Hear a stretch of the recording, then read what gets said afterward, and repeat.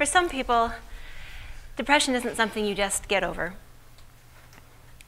You can't expect one giant leap to get you well and then you stay well. If you start out with this expectation, you can end up with fear or guilt that you didn't do everything right. And that just adds to the weight the depressed person is carrying, and they're already carrying enough. It's like that ridiculous phrase, what doesn't kill you makes you stronger. I suppose it's okay for those it works for, but for me, it's the closest I ever want to be to being kicked when I'm down. Because it's saying, not only did this thing almost kill you, it didn't. And now, in addition to climbing out of that pit, you need to fill it in and climb higher. No. Just no. I was so disoriented from my depression, from the ground falling out from under my feet. It took me a long time to see what was still working, how to regain my footing. Noticing was a process. It was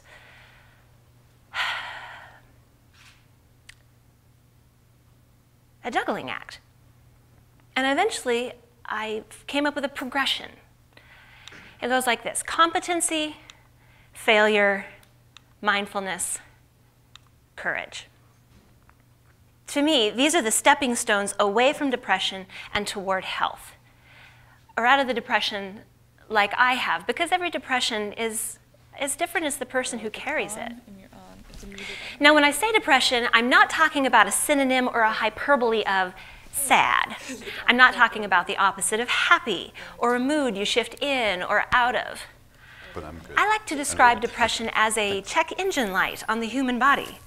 It tells you something is wrong, sometimes severely wrong, but it doesn't give you any more information. It's an immobility, a pulling in. Look at it this way. Imagine you're a police officer and you are interrupting an attack. You and your partner pull the assailant, kicking and punching, off of his victim, and then you turn to the man on the ground. Assuming he's still conscious, what position is he in? Something curled in, self-protective, making himself a smaller target, protecting his vital organs. It's instinct. It's a natural defensive posture. And this is what is happening in the psyche during depression: a pulling in, a making smaller. You can't do trauma therapy with people who are still being traumatized. And in a similar way, you can't expect a person who is depressed to stop being depressed if the conditions that led to it are unchanged. My personhood and identity were under attack. At my worst, I feared abandonment while craving isolation. I wanted to prove that I could live without these people who weren't taking care of me. And I wanted fewer people to take care of. I was afraid of disappointing these people. I was afraid of disappointing me. And I was exhausted. We have to be so careful when we're talking about building capacity with depressed people.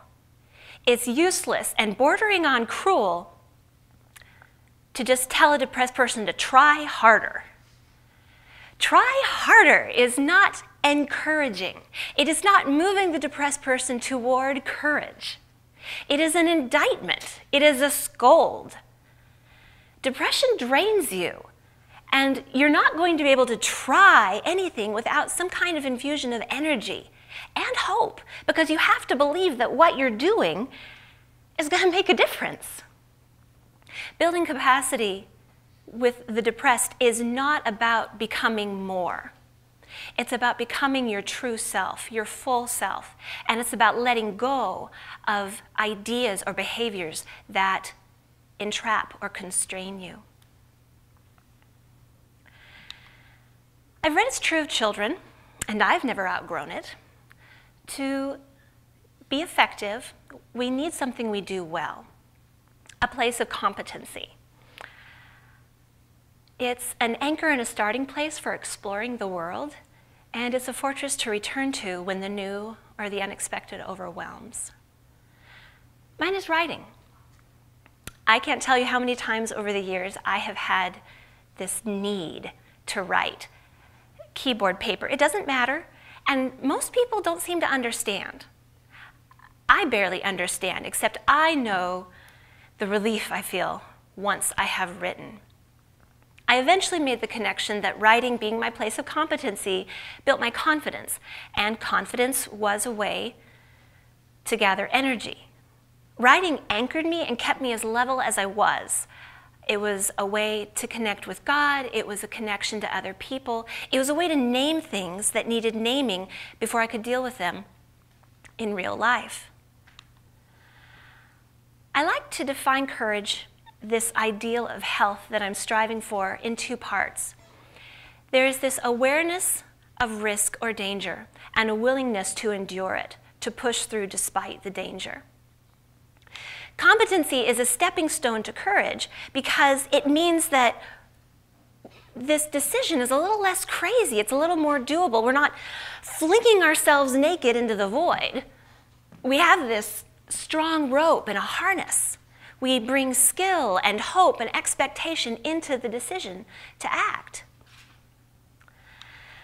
Unfortunately, at some point, I picked up a really twisted sense of checks and balances.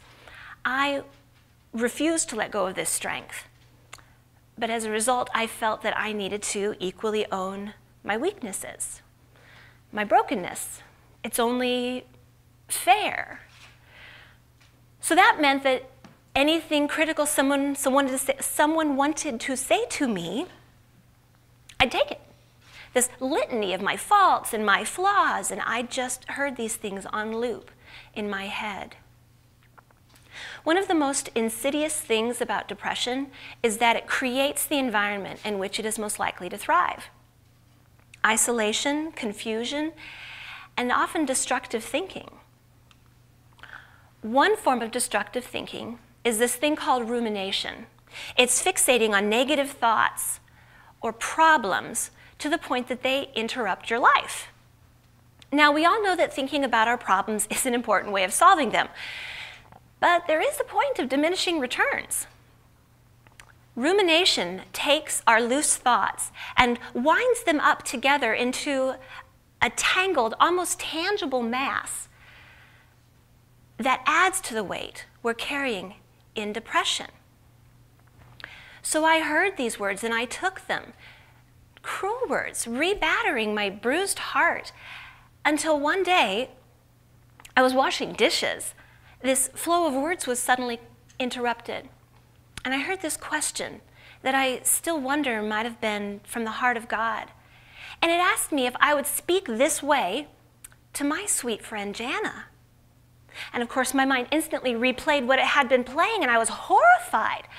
Tears running down my face. No, never. She's too good. She's too fragile. She's too precious. All of my protective love rose up in sorrow that she'd be so abused. I started reframing how it could be said differently, and then wondering if it even needed to be said at all. And the next question was, then why speak to any of my children that way? Because I am one of these loved children of God. And this is when I began to understand the destructive power of rumination. There was grace, margin, acceptance of imperfection for everyone but me. Somehow I was supposed to be good enough that I didn't need it. Ever since then, if correction doesn't come with gentleness, I have a free pass to ignore it. The God I know, my source of love and correction, doesn't need cruelty to teach me. This understanding tumbled me to the next step.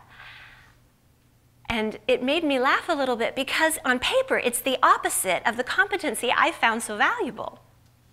I call it failure. And my favorite way to describe this stepping stone is by a man named G.K. Chesterton, who wrote, "If a thing is worth doing, it is worth doing badly." And it was permission to do what I loved, whatever level I was at. I began to give enjoyment more of a deciding vote. I used my limited energy to make sure every day contained light and beauty, and that sustained my energy. I found writing friends who were proud of my writing. That was something I could do without trying harder. I just showed up at writer events and met people I clicked with. Writing connected my inner world, my mind and my imagination, to my body, because that's what did the writing, to supportive relationships.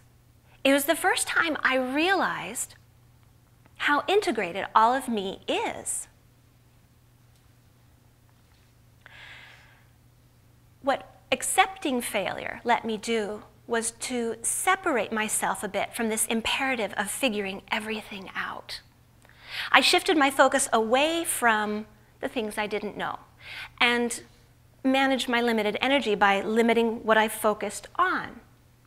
I picked relationships, writing, and healthy food. Now,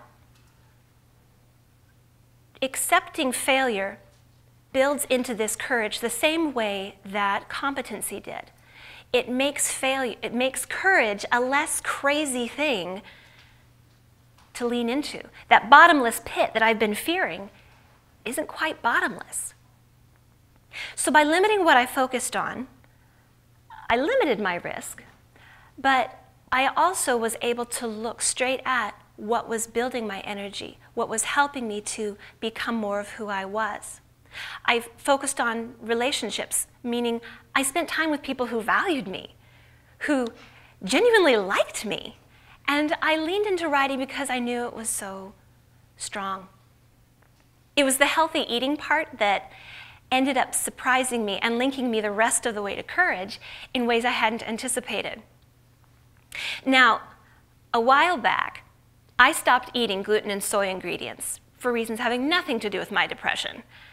For one thing, I don't get migraines when I don't eat soy, and that's highly motivating. But eliminating two of the most common ingredients in modern society meant that I was stuck making most of my food from scratch. Completely by accident, I discovered mindfulness. Now, mindfulness is something the scientific community has studied for a couple of decades now. It's an ancient traditional art that is frequently described as a focus on stillness and breath. And there is a lot of research about how mindfulness is very effective in managing depression. And I skimmed that research in my massive amounts of reading, but I never really took the time to be still, except for the last 10 seconds of maybe a microwave cup of tea or cocoa when I didn't want to be racing off somewhere else. 10 seconds, I'd stand there, breathing deep and slow, and I could tell the difference. And it was nice, but I never took any more time. Except I did. In all of these different resources, mindfulness was described in a similar way. The short version is paying attention in the moment. In the moment. Throughout hours of cumulative chopping, I insisted on sharp knives. Sharp knives are remarkably motivating when it comes to paying attention in the moment. I was practicing, and still practice, a rather intense form of mindfulness that I never read about in one of those books, but I can tell the way it settles me and orders my thinking. Now, I've been talking about courage in these two parts. It was very early in my depression that I realized I was already enduring, consciously enduring, because no matter how low I was, I had 3 dependent kids, and they needed me. Mindfulness took me the rest of the way to this health I call courage, because it was that becoming aware part. If you don't know what you're agreeing to, it can't really count as courage. Even if a risk is as under-epic as disappointing someone or risking rejection, it still creates fear that I must endure, I must face in order to be my most effective.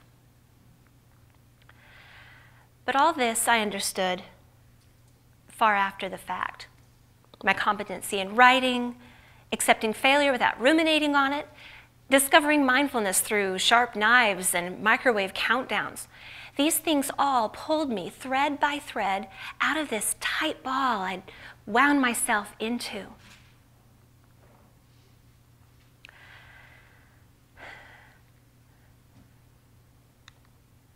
There's a man named Rushworth Kidder who wrote a book called Moral Courage, where he takes the two-part definition and adds a third element, driving principles. This is the motivation. This is the why we choose to endure what we are enduring. My learning how to fail, my learning to value myself based on how much I valued other people, this shaped the third component of my growing courage. Now, I can't say I was thinking much about courage in the early years of this fight, but after 7 years and still facing depression sometimes, I realized that I'm no longer seeing depression as this huge anamorphous blob that pushes me under and makes me fear I'll drown. I push back against isolation, against negative attitudes, against immobility. And I focus on this place of value. I am valuable before God, to my friends, my family, to myself. I don't focus on all the againsts. I think about my favorite definition of hope, the assurance that now is not permanent. And I focus on what I am pursuing. I am pursuing courage. Thank you.